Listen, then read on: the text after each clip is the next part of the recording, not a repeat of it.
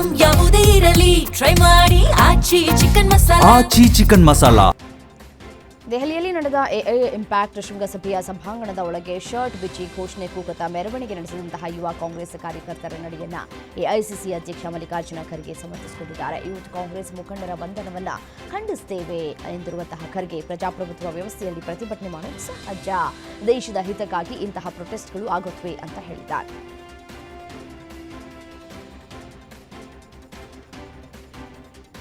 ನರೇಂದ್ರ ಮೋದಿ ಸಂಪುಟದ ಮೊದಲ ಸಭೆಯು ಹೊಸ ಪ್ರಧಾನಮಂತ್ರಿ ಕಚೇರಿಯಾದ ಸೇವಾ ತೀರ್ಥದಲ್ಲಿ ನಡೆಯಿತು. ಹಿಂದೂ ಪಂಚಾಂಗದ ಪ್ರಕಾರ ಬಹಳ ವಿಶೇಷವಾದ ದಿನವಾಗಿದ್ದು, ಸಂಪುಟ ಸಭೆಯಲ್ಲಿ ಸೇವಾ ಸಂಕಲ್ಪ ನಿರ್ಣಯವನ್ನು ಅಂಗೀಕರಿಸಲಾಯಿತು. ಕೇರಳಂ ಎಂದು ಮರುನಾಮಕರಣ ಮಾಡುವುದಕ್ಕೆ ಅನುಮೋದನೆಯನ್ನ ನೀಡಲಾಯಿತು.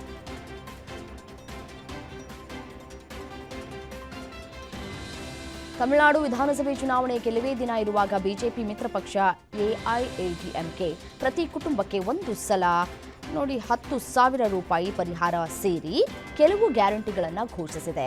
ಪುಕ್ಕಟ್ಟೆ ಯೋಜನೆಗಳ ಘೋಷಣೆಯಿಂದ ಆರ್ಥಿಕತೆಗೆ ಹೊಡೆತ ಬೀಳುತ್ತದೆ ಅಂತ ಸುಪ್ರೀಂ ಕೋರ್ಟ್ ತಮಿಳುನಾಡಿನ ಆಡಳಿತಾರೂಢ ಡಿಎಂಕೆಗೆ ಚಾಟಿ ಬೀಸಿದ ಬೆನ್ನಲ್ಲೇ ಈ ಘೋಷಣೆಗಳು ಹೊರಬಿದ್ದಿವೆ.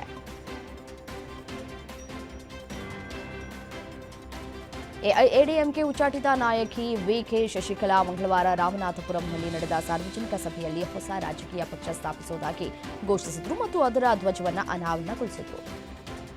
ಲಡ್ಡು ತಯಾರಿಕೆಗೆ ಹಿಂದಿನ ಸರ್ಕಾರದ ಅವಧಿಯಲ್ಲಿ 20 ಕೋಟಿ ಲಡ್ಡುಗಳ ತಯಾರಿಕೆಗೆ ನಕಲಿ ತುಪ್ಪ ಬಳಸಲಾಗಿತ್ತು. ಲಡ್ಡು ತಯಾರಿಕೆಗೆ ಸರಬರಾಜು ಮಾಡಲಾದ ತುಪ್ಪದ ತಯಾರಿಕೆಯಲ್ಲಿ ಯಾವುದೇ ಹಾಲನ್ನು ಬಳಸಲಾಗಿಲ್ಲ ಅನ್ನೋದು ತನಿಖೆಯ ಸಂದರ್ಭದಲ್ಲಿ ಬಯಲಾಗಿದೆ. ರಾಸಾಯನಿಕಗಳೊಂದಿಗೆ ಬೆರೆಸಿದ ಪಾಮ್ ಆಯಿಲ್ ಬಳಸಿ ಲಡ್ಡನ್ನು ತಯಾರಿಸಲಾಗಿತ್ತು ಅನ್ನುವಂತಹ ಮಾಹಿತಿ ಸಿಗ್ತಾರೆ. ದೆಹಲಿಯಿಂದ ಲೇಹ್ಗೆ ಹೊರಟಿದ್ದ ಸ್ಪೈಸ್ ಜೆಟ್ ವಿಮಾನದ ಎಂಜಿನ್ ಒಂದು ವೈಫಲ್ಯವಾದ ಕಾರಣ ದೆಹಲಿ ವಿಮಾನ ನಿಲ್ದಾಣಕ್ಕೆ ಮರಳಿದೆ.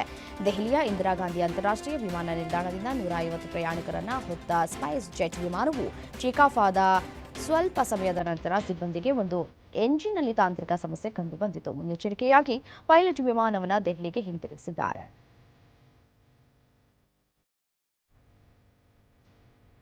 ಪ್ರಧಾನಿ ನರೇಂದ್ರ ಮೋದಿ 2 ದಿನಗಳ ವಿದೇಶ ಪ್ರವಾಸ ಕೈಗೊಂಡಿದ್ದು, ಇವತ್ತು ಮತ್ತು ನಾಳೆ ಇಸ್ರೇಲ್ ದೇಶಕ್ಕೆ ಪ್ರಧಾನಿ ಭೇಟಿಯನ್ನ ಹೋಗ್ತಾ ಇದ್ದಾರೆ. ಇಂದು ಟೆಲ್ ಅವೀವ್ಗೆ ಭೇಟಿಯನ್ನ ನೀಡಲಿದ್ದು ಉನ್ನತ ಮಟ್ಟದ ಮಾತುಕತೆಗಳಲ್ಲಿ ಭಾಗಿಯಾಗಲಿದ್ದಾರೆ. ಇನ್ನು ಇಸ್ರೇಲ್ ಭೇಟಿಯ 2ನೇ ದಿನ ಪ್ರಧಾನಿ ಮೋದಿ ಅವರು ವಿಶ್ವ ಹತ್ಯಾಕಾಂಡದ ಸ್ಮರಣಾರ್ಥ ಕೇಂದ್ರವಾದ ಯಾದ್ ವಾಶಂನಲ್ಲಿ ಗೌರವವನ್ನು ಸಲ್ಲಿಸಲಿದ್ದಾರೆ. ಚಾವಣಿಯ ಮೂಲಕ ರಕ್ಷಿಸಿ ಆಸ್ಪತ್ರೆಗೆ ಕರೆದುಕೊಂಡು ಹೋಗಲಾದರೂ ಕೂಡ ಚಿಕಿತ್ಸೆ ಫಲಕಾರಿಯಾಗದೆ ಒಟ್ಟು 6 ಮಂದಿ ಸಾವನ್ನಪ್ಪಿದ್ದಾರೆ.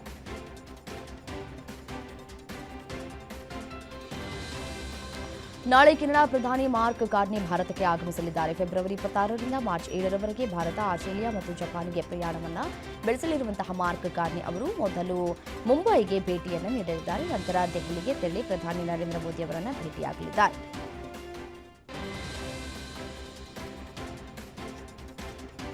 ಅಮೆರಿಕದಲ್ಲಿ ಭಾರೀ ಹಿಮಪಾತವಾಗಿದ್ದು 5,600ಕ್ಕೂ ಹೆಚ್ಚು ವಿಮಾನಗಳ ಹಾರಾಟವನ್ನು ರದ್ದು ಮಾಡಲಾಗಿದೆ. ಮುನ್ನೆಚ್ಚರಿಕಾ ಕ್ರಮವಾಗಿ ಶಾಲೆಗಳಿಗೆ ರಜೆ ಘೋಷಿಸಲಾಗಿದೆ. ಅಮೆರಿಕದ ಈಶಾನ್ಯ ಭಾಗದಲ್ಲಿ ಮೇರಿಲ್ಯಾಂಡ್ನಿಂದ ಮೈನೆವರೆಗೆ ಭಾರೀ ಹಿಮ ಬಿರುಗಾಳಿ ಅಪ್ಪಳಿಸಿದ್ದು, ಟೋನಿ ಆಲ್ಬನೀಸ್ ಅವರ ಅಧಿಕೃತ ನಿವಾಸದ ಕ್ಯಾನ್ ಬೆರಾದಿಂದ ಸ್ಥಳಾಂತರಿಸಿದ ಘಟನೆ ನಡೆದಿದೆ. ಸಂಸತ್ ಭವನದ ಬಳಿ ಇರುವ ಪ್ರಧಾನಿ ನಿವಾಸದ ಬಳಿ ಕೇಳಿ ಬಂದಂತಹ ಭದ್ರತಾ ಬೆದರಿಕೆಯ ಬಗ್ಗೆ ಪೊಲೀಸ್ ಅಧಿಕಾರಿಗಳಿಗೆ ಎಚ್ಚರಿಕೆ ವಹಿಸಿ ಸಂಪೂರ್ಣ ಶೋಧವನ್ನು ನಡೆಸಿ ಅವರ ಅಧಿಕೃತ ನಿವಾಸದಲ್ಲಿ ಅನುಮಾನಾಸ್ಪದವಾಗಿ ಏನೂ ಪತ್ತೆಯಾಗಿಲ್ಲ ಅಂತ ದೃಢೀಕರಿಸಿದ ಬಳಿಕ ಆಸ್ಟ್ರೇಲಿಯಾದ ಪ್ರಧಾನಿ ಮತ್ತೆ ತಮ್ಮ ನಿವಾಸಕ್ಕೆ ಹಿಂತಿರುಗಿದ್ದಾರೆ.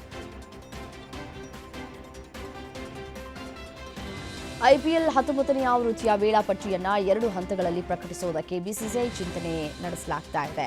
ಇದಕ್ಕೆ ಮೂಲ ಕಾರಣ ಪಶ್ಚಿಮ ಬಂಗಾಳ, ತಮಿಳುನಾಡು, ಅಸ್ಸಾಂ ರಾಜ್ಯಗಳಲ್ಲಿ ನಡೆಯುವ ವಿಧಾನಸಭಾ ಚುನಾವಣೆಗಳ ಸಮಯದಲ್ಲಿ ಭದ್ರತಾ ಸಮಸ್ಯೆಗಳಿಂದಾಗಿ ಬಿಸಿಸಿಐ ಈ ತಂತ್ರವನ್ನು ಅಳವಡಿಸ್ತಾ ಇದೆ.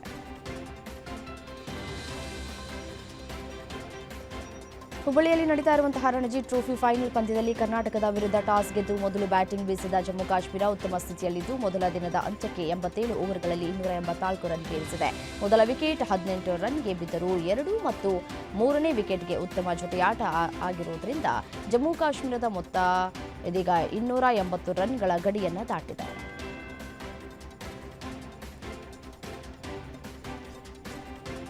ನಾಯಕ ಹ್ಯಾರಿ ಬ್ರೂಕ್ ಅವರ ಸ್ಫೋಟಕ ಶತಕದ ನೆರವಿನಿಂದ ಸೂಪರ್ 8 ಪಾಕಿಸ್ತಾನದ ವಿರುದ್ಧ ಇಂಗ್ಲೆಂಡ್ ರೋಚಕ 2 ವಿಕೆಟ್ಗಳ ಜಯವನ್ನು ಸಾಧಿಸಿ ಸೆಮಿಫೈನಲ್ ಪ್ರವೇಶಿಸಿದೆ. ಟಾಸ್ ಅನ್ನ ಗೆದ್ದು ಮೊದಲು ಬ್ಯಾಟ್ ಬೀಸಿದ ಪಾಕಿಸ್ತಾನ 9 ವಿಕೆಟ್ ನಷ್ಟಕ್ಕೆ 164 ರನ್ ಬಾರಿಸಿದೆ.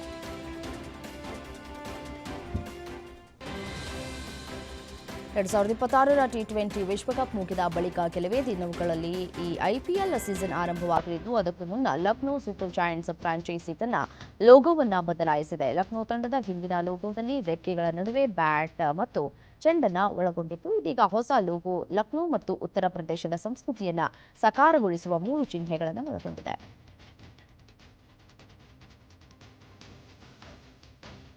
ರಾಘವೇಂದ್ರ ಸ್ವಾಮಿಗಳ 431ನೇ ವರ್ಧಂತಿ ಮಹೋತ್ಸವ ಹಿನ್ನೆಲೆ ಮಂತ್ರಾಲಯದ ರಾಯರ ಮಠಕ್ಕೆ ನಟ ರಿಷಬ್ ಶೆಟ್ಟಿ ಭೇಟಿ ನೀಡಿ ರಾಯರ ದರ್ಶನವನ್ನು ಪಡೆದಿದ್ದಾರೆ. ಮಠಕ್ಕೆ ಭೇಟಿ ನೀಡಿದ ಬಳಿಕ ಮೊದಲು ಮಂಚಾಲಮ್ಮ ದೇವಿ ದರ್ಶನ ಪಡೆದರು. ನಂತರ ರಾಯರ ಮೂಲ ಬೃಂದಾವನದಲ್ಲಿ ಮಂಡಿಯೂರಿ ನಮಿಸಿದ ರಿಷಬ್ ಶೆಟ್ಟಿ ಬಳಿಕ ಶ್ರೀಗಳೊಂದಿಗೆ ಪುಷ್ಕರಣಿಗೆ ತೆರಳಿ ತೆಪ್ಪೋತ್ಸವದಲ್ಲಿ ಭಾಗಿಯಾದರು.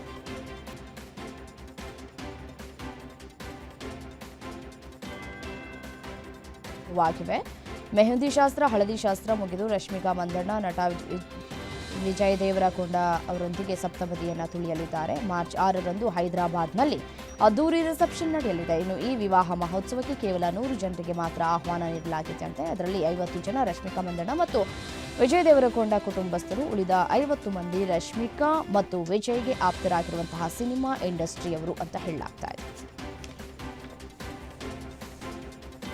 ನಿಮ್ಮೂರಿನಿಂದ ವಿಶ್ವ ಮಟ್ಟದವರೆಗೆ ರಾಜಕೀಯ, ಸಿನಿಮಾ, ಸ್ಪೋರ್ಟ್ಸ್ ಯಾವ ಸುದ್ದಿಯೂ ಮಿಸ್ ಆಗಲ್ಲ. ಬರೀ ಸುದ್ದಿಯಷ್ಟೇ ಅಲ್ಲ, ಜೊತೆಯಲ್ಲೇ ಇರುತ್ತೆ ವಿಶ್ಲೇಷಣೆ. ಗ್ಯಾರಂಟಿ ನ್ಯೂಸ್ನ ಸಬ್ಸ್ಕ್ರೈಬ್ ಮಾಡಿ, ಫಾಲೋ ಮಾಡಿ, ಕ್ಷಣ ಕ್ಷಣದ ಅಪ್ಡೇಟ್ಸ್ ಪಡೆಯಿರಿ.